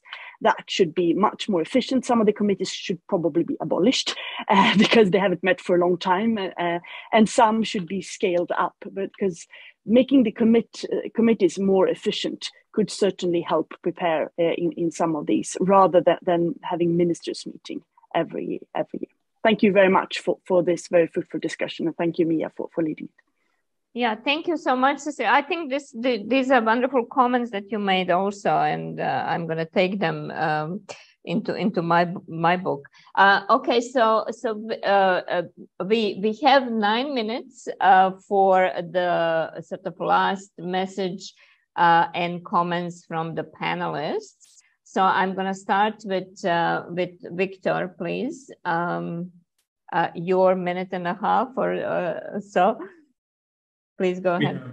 Yeah, no, very quickly. I just want to react about this issue of the ministerial conference every year. I think it does depend on what you expect from the ministerial conference. The IMF, World Bank meet twice a year, right? Not expecting. The WHO meets once a year, the ILO meets once a year. If you want fireworks every year, no, it won't happen. Even every 2 years, you will not get fireworks and fantastic results and packages every year. And I do take note of what Alejandro has said. I mean, this ministerial was politically important in terms of results.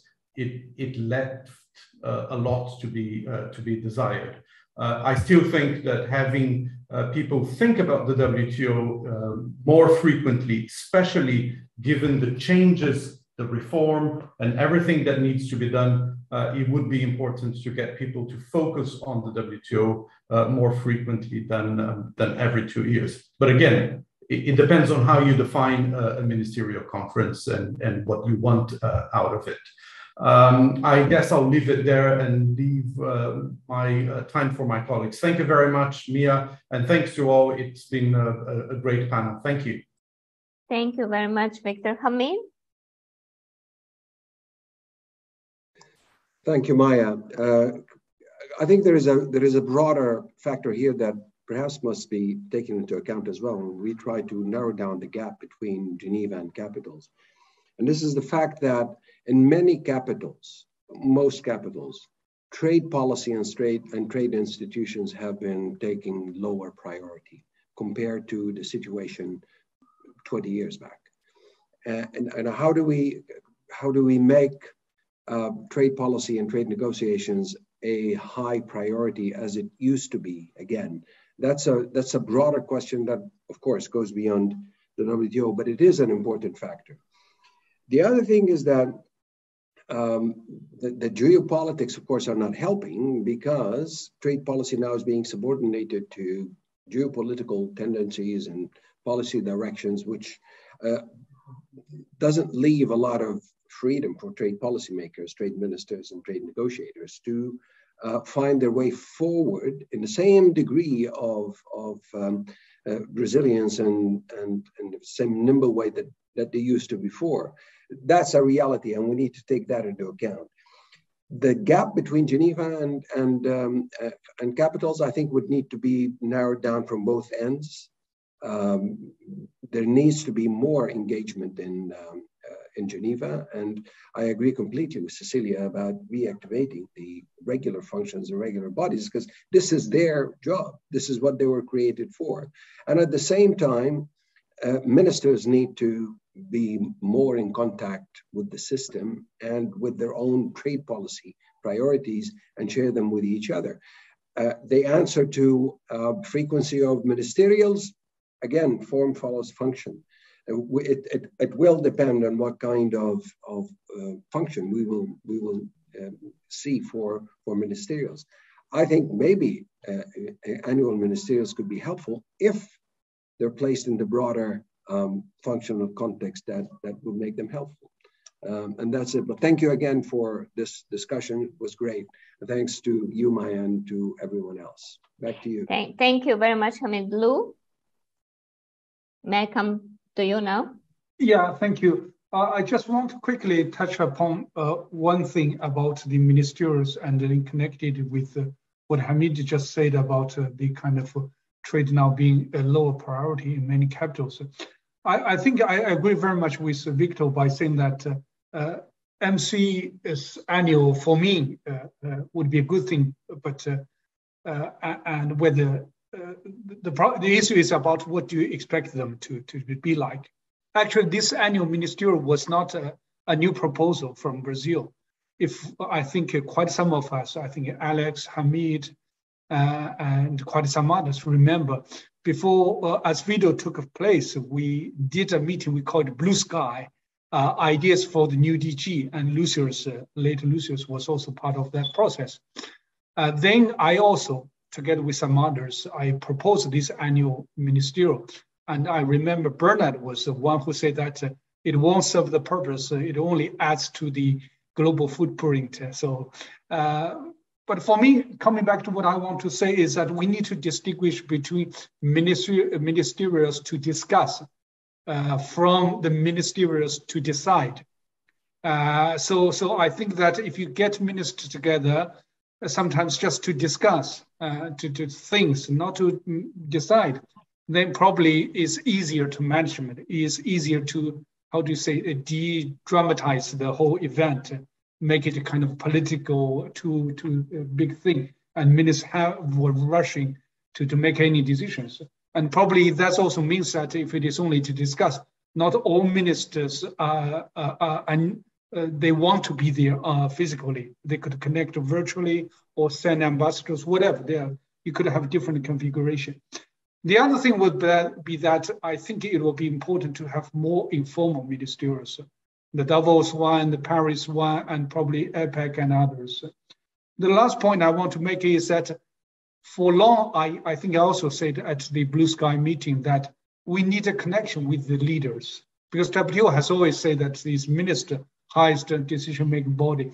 But as Hamid said, that when trade is low priority in many capitals, which means that leaders don't even discuss trade or WTO or whatever. It's already a sad reality.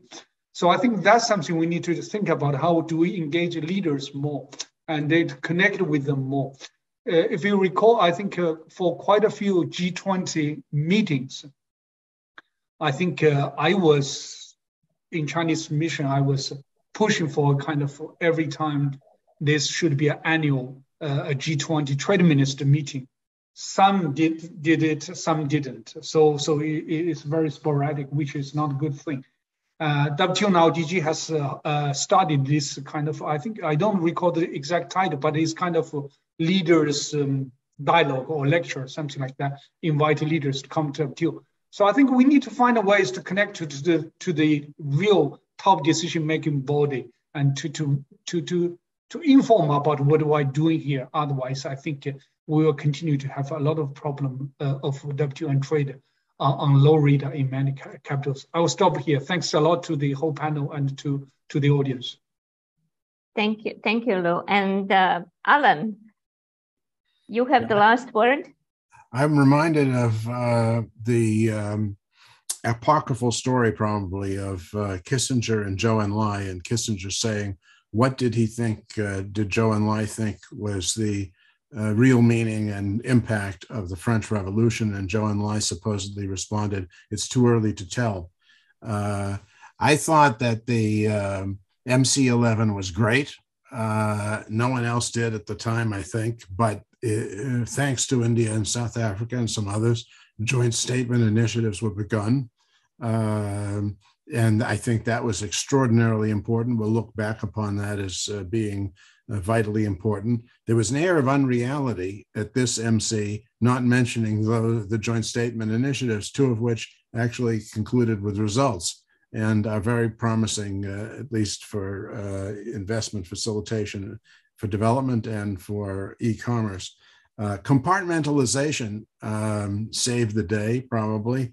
Russia-Ukraine was compartmentalized, so it didn't destroy the meeting. The lesson perhaps of this ministerial is living to fight another day. So we look forward to MC13. Thanks to all. Thanks to Mia. Thanks to FMG for existing and hosting these meetings, and for Lou's good work in that regard, and for the interviews, which I do commend to people as very important, as Mia has mentioned. Thank you, Alan. I think, it remains me to just say a few words. I see that our time is already passed, but I think going forward, what we really need to start thinking as a group are these different questions that were posed, right? One is, how do we really deal with GSIs, seeing that they are really the way forward because they allow this flexibility and agility of the system.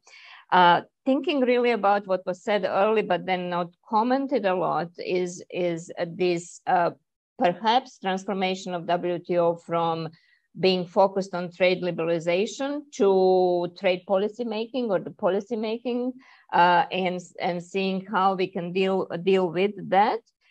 Looking at changes in terms of pace, and can we really sort of break these formal ministerial conferences with some informal meetings of ministers, just to keep to make it sexy and to really be able to say trade is back, if not WTO.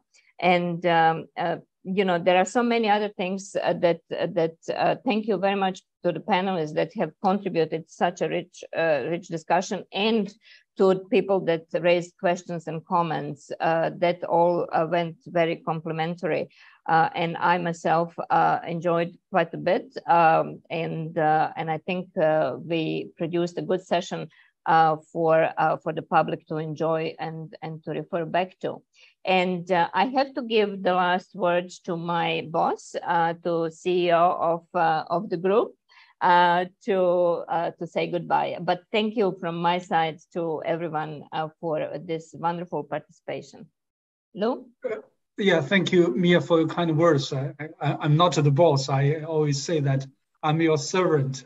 I always say that this is not how to say a group with one Snow White and a lot of the Wolves. So this is actually a group with all of you Snow White. I'm the Wolf who serves you, actually. But coming back to on this session, I think I enjoyed it so much. I mean, of course, I was so much richer and built upon our interviews on our website already. And we try to go a little bit deeper and more interactive. And this did lead to more interesting ideas, as you said in your conclusion. One thing about next step would be that I think, of course, internally, we need to discuss about how we schedule probably before, after summer break, and to pick out some of these issues, fisheries, others, and to go deeper. I think a lot of things are there, as many of you said. We need to deeper kind of evaluation and deeper reflection upon the way forward. And on that, we do need probably more than just our own members, FMG, but also external experts from our partners and also institutions. And also we welcome a lot of ambassadors are here today. We also welcome probably the participation or contribution as a panel list that from some key ambassadors, and that will be a very important. So we will discuss internally and keep you posted of our plans. So be ready to receive invitations 2 weeks or 3 weeks maximum in advance, and we will go ahead with it. So with that, I thank you all for this kind of long but rich discussion, and we look forward to your participation next time. Thanks. Thank you so much. Bye-bye. Bye-bye.